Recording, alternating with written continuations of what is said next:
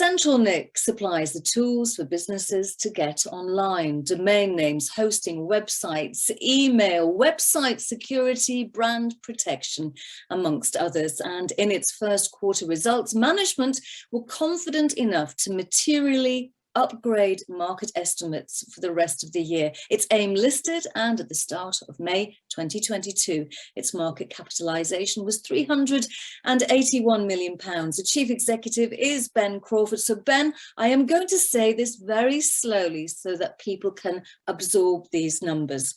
Your Q1 trading update showed you delivered $156 million of revenue, $18 million EBITDA in Q1 alone. That's up 85% and 80% respectively on last year, with organic revenue growth of 51%. What is driving that performance? Well, CentralNic, really, there's two parts to our business. One is the basic tools for getting online, getting your business online, which we call the online presence business. Just get your website and your email. And that business last year grew at 9%, which is above the market. But the kind of real star of our business these days is our online marketing business. So this is tools for companies that already have a website, but are trying to win customers over the internet. And I guess the key thing here is we've got great technology, customers love it, customers are growing rapidly using it, but the size of the market we're addressing there last year was $450 billion, growing at more than 20%. And so simply the underlying growth of that market drove a lot of our growth. The 51% organic growth that we experienced, though, was also I think largely driven by a new concern for privacy. So coming from GDPR, coming from the banning of third-party cookies, and general consumer sentiment that people don't want their private data taken and sold to the highest bidder. So happily, our business has never done that. Our whole approach is using big data and artificial intelligence to connect companies with customers that really want to buy their products without us ever actually collecting any private data on those customers. So you understood pretty early on that people are becoming ever more privacy conscious, and regulations are forcing advertisers to move away from the use of personal data. So you've got the first mover advantage, but I'm not going to be naive enough to think that there are no competitors. There must be competitors out there now.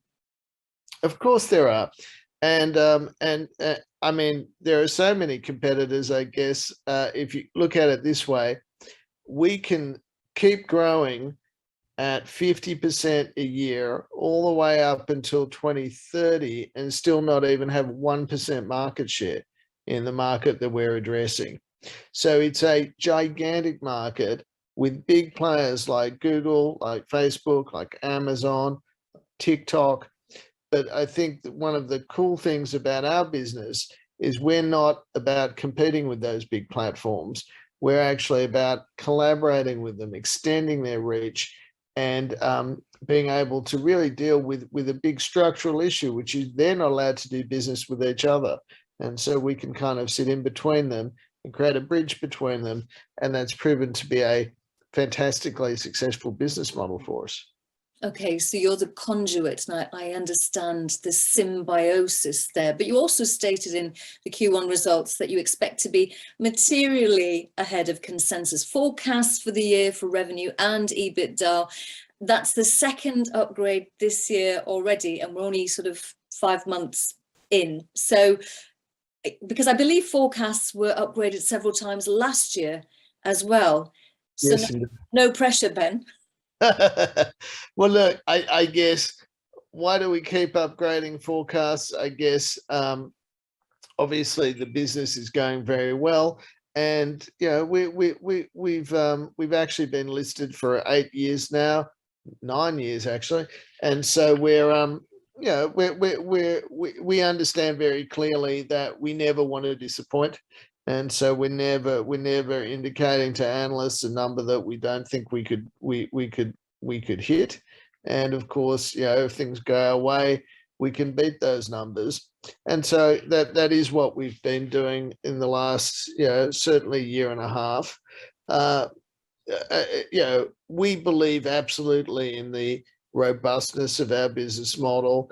And through acquiring more and more businesses, we make it more robust. We're spreading our business across more and more customers, more and more suppliers, with a marketplace model, which allows them all to sell to each other, which is really driving our growth up. But on the other hand, we're very well aware these are incredibly volatile times, and externalities can always come in and intrude on your business. And so hence we're always trying to dampen down the forward-looking prospects, just so, ideally, so if anything goes bad in the rest of the world, we've still got a number out there that we're going to hit. Okay, so in terms of things that could possibly go wrong, what about the economic headwinds of inflation and, again, the symbiotic moves that we're seeing in interest rates? Bank of England raising interest rates to a 13-year high this past week. Now, you have two divisions. Are either of them sensitive to the macroeconomic climate? Well, happily, whereas a lot of tech companies are in traditionally deflationary businesses. So obviously, if you're selling computers, chances are the price has gone down every year from when you started. But happily, in the space we're in, the prices have tended to go up for the entire history of our business. So being an inflationary business means that we can never get squeezed. All of our contracts assume that our suppliers will put up their prices and allow us to put up prices reflecting what our suppliers do. So just because of that history of being in an inflationary market, we've actually got a lot of hedges in the way that we structure our business against those factors. So far we haven't seen. We've certainly seen prices go up, but we've been able to pass them on, and our customers are used to seeing price rises as well. So far so good. So far in this first quarter, you talked about acquisitions. You've made 3 acquisitions already this year, including your biggest to date, which was VGL, which cost you 60 million euros. What capabilities does that bring to CentralNic? Fantastic capabilities. It's just a wonderful addition to our company. So VGL is the leading German comparison website company. And so I would compare it in the UK to companies like Which or like Future. And it's so they publish 100 product comparison websites. They cover 10,000 different products. They get 750,000 unique visitors every single day. And the idea is these are websites that have so much information about all the different choices that you could make. Say if you want to buy a power drill or a blender or a hula hoop or whatever it may be. And when you've studied and decided to make your call about what product you want, it then directs you to an e-commerce vendor where you can buy it directly. And that service has proven to be incredibly popular, very, very successful. We're talking about a company with a 20% EBITDA margins, delivering well over $10 million in EBITDA last year. And we have been able to obtain that company and add that publishing expertise to our group, which we haven't had before, add the direct relationships to the largest e-commerce companies in the world, which we haven't had before, as well as a additional online marketing, media buying capability, working with partners that we haven't had before either. So altogether, it's really extended the breadth, the breadth of our offering, the breadth of our suppliers and customers, and we feel it's a great next step. So a blender and a hula hoop, those examples reveal an awful lot about you personally, Ben. So let's talk about cash, because it's up 60% against this time last year. Cash conversion well in excess of 100%.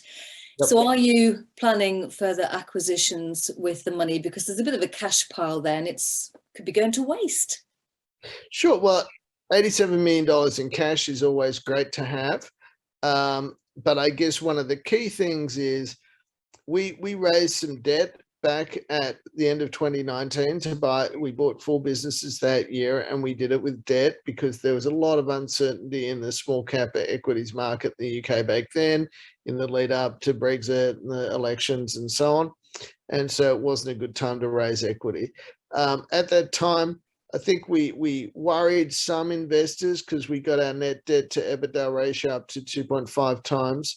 But since then, as we predicted, we've actually just driven that number down.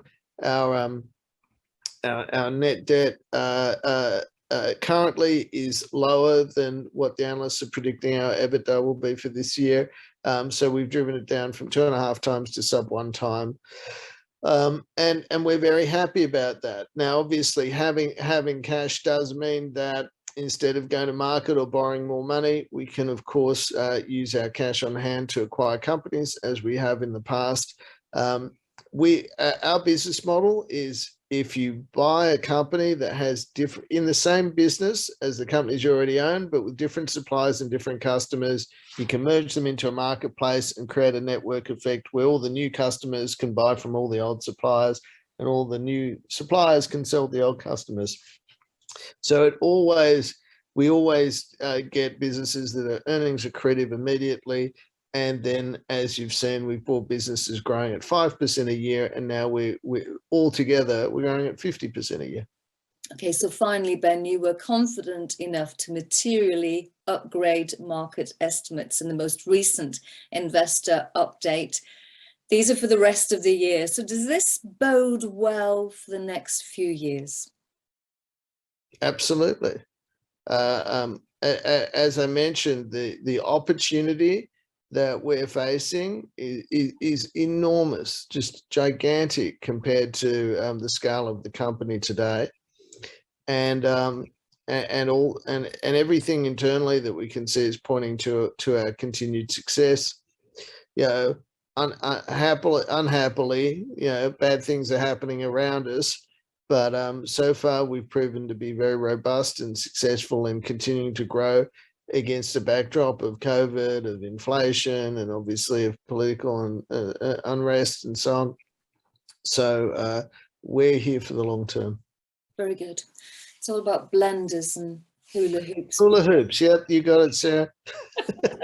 Ben Crawford, Chief Executive of CentralNic. It's been a pleasure. Thank you very much. And likewise. Good fun too. Thank you. Great talking to you. Thank you.